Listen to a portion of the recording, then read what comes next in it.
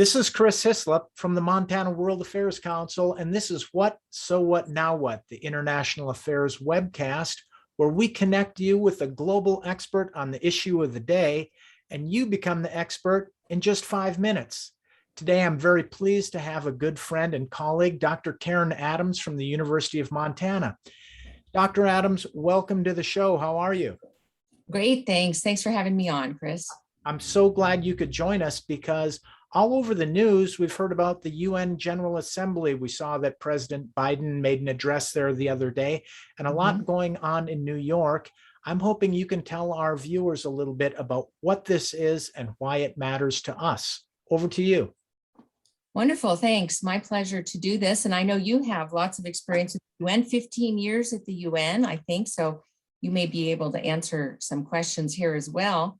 So I prepared a little slide presentation just to keep me on track. And let's see, there we go. All right, so I'll start with your question of what is it? Well, we are talking here about the UN General Assembly General Debate. That's the formal name for what's going on. And it happens every fall around this time, around the fall equinox, the seasonal transition gets us to think about the important things in life and what we want to plan for our next go around. And so this is the annual kickoff of UN operations. It's also referred to as the high-level plenary meeting. A plenary meeting refers to a meeting where all members are present. And so this is a meeting of the General Assembly, which is the part of the UN where all 193 member states belong and have one equal vote on resolutions that become recommendations to the world, and to the UN itself and to member states and associated organizations. And so at this high-level meeting, each head of state or foreign minister or ambassador from a country can give a speech. The speeches are all supposed to be within a certain time limit, but of course we're talking about sovereign states here, and so they often go a little bit over. There have been some extremely long speeches in UN General Assembly history. I noticed President Biden's speech was just over 30 minutes yesterday. So they go in a sort of random order, and you can go on to the UN General Assembly website and you can watch the video of speeches that have already happened, and they'll be live streaming them for a couple more days. So this year's theme is building resilience through hope. And of course, this is to respond to a lot of different issues, including COVID-19 and climate change, as well as human rights issues. And these are all issues that the UN works on. The meeting is held here in the UN General Assembly, a really beautiful and iconic hall that I'm happy to say that I have been in several times because I am a faculty advisor for the Montana Model UN Conference. And before that, I was a faculty advisor for teams at Louisiana State and at Mills College. And so it's always inspiring to see the heads of state give their talks here in this beautiful hall. But of course, this year, because of COVID, they're having a hybrid debate. Let me just say, debate is sort of a, maybe not quite the right word for this, because what it is a series of speeches. There really isn't any actual debating in terms of what we might think of debate as a free give and take back and forth. That's something that happens during the rest of the year in UN committee meetings. But at this meeting, each head of state is allowed to speak without interruption and without being asked follow-up questions or anything like that to recognize the state's sovereignty. So because of hybrid, they are, some member states are giving videoed speeches like President Xi Jinping of China did.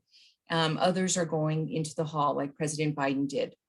And it's really something that this organization, which was started after World War II in very different circumstances, the Cold War was just beginning at that time. And communication technologies weren't very developed. The economy was very different at that time globally. And yet this organization has managed to make it to the 76th year. So I think I put that as my first so what. I think that's really important. Of course, COVID-19 has been a huge challenge to states and to the UN.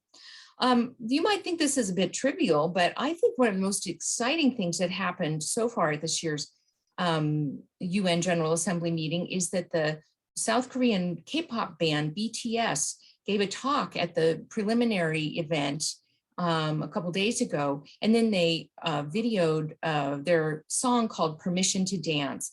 And I thought it was great for a couple reasons. One is that, as you know, you work with younger people, with high school students and junior high students, and also with college students. And, our students are feeling a lot of pressure to solve the problems that they know that their generation is going to be confronted with. And so I liked the spirit of this song, that it was about, having fun as well as taking the world seriously. And I also kind of like the parliamentary procedure dimension of asking permission. And they're saying you don't need permission to dance. You don't need to be called on before you can speak. I saw as sort of the subtext here. So of course, if you've seen in the news, there have been some discussion about the US's and China's major announcements. And these are the speeches that got the most attention, because the US and China are roughly equal, great power peers today. And so we care a lot about what both of these states are saying. And the US, of course, has changed its strategy in some significant ways since President Biden became president early this year. So this was significant for it being President Biden's first address. And he talked about how the US is going to be focusing more on Indo-Pacific, which is sort of a euphemism for paying attention to what China is doing in the world. And then President Xi Jinping in his speech emphasized that from their point of view, the world is big enough for everybody, and then we should try to find ways to work together instead of to target one another.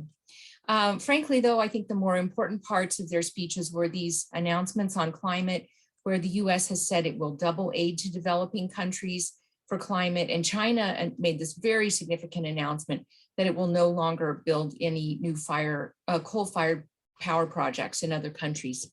Well, what's next? 3 more days of speeches, a whole year of UN events following up on these issues.